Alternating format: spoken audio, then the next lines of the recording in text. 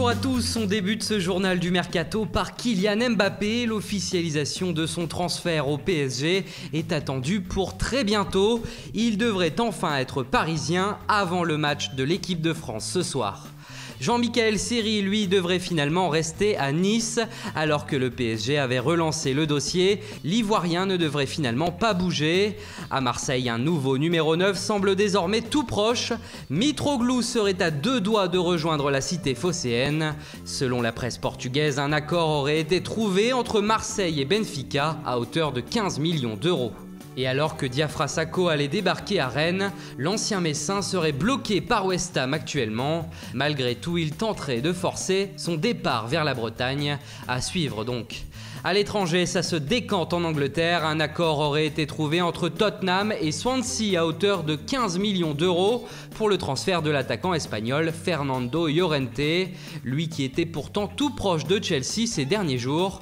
Swansea de son côté souhaiterait acheter Wilfried Bony de Manchester City. Là aussi, un accord aurait été trouvé et l'un des gros dossiers du jour aurait trouvé sa conclusion. Alexis Sanchez devrait rejoindre Manchester City.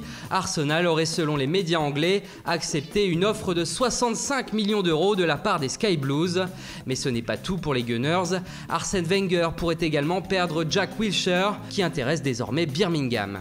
À Chelsea, on s'apprête à recruter un défenseur du Torino, Davide Zappacosta. L'Italien devrait rejoindre les Blues pour 25 millions d'euros. Le Taureau devrait lui accueillir M'Baye Niang. L'ancien Canet pourrait quitter le Milan AC sous la forme d'un prêt pour une saison avec option d'achat obligatoire de 20 millions d'euros que paiera le Torino dans 1 an.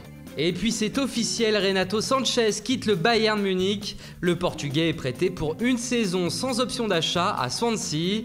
Divock Origi lui rejoint Wolfsburg sous la forme de prêt depuis Liverpool. Gianelli Imbula a trouvé un point de chute. L'ancien Marseillais débarque en prêt d'1 an à Toulouse. Lassina Traoré vient lui renforcer le promu Amiens pour une saison en prêt lui aussi. Dijon de son côté accueille Papy Djilobodji, l'ancien Nantais est prêté par Sunderland pour une saison en Bourgogne. Et le champion d'Europe 2016 continue son tour d'Europe. Nani quitte Valence où il est resté une saison et s'engage avec la Lazio en prêt avec option d'achat. Et enfin, le FC Metz confirme l'arrivée, également en prêt, de Mathieu Dossevi en provenance du Standard de Liège. Voilà, c'est tout pour le moment, restez bien connectés sur Foot Mercato. Le jour le plus long se poursuit jusqu'à tard dans la nuit. Voici par pays les horaires de clôture des différents marchés des transferts. En ce qui nous concerne, prochain rendez-vous vers 21 h pour un nouveau journal du Mercato.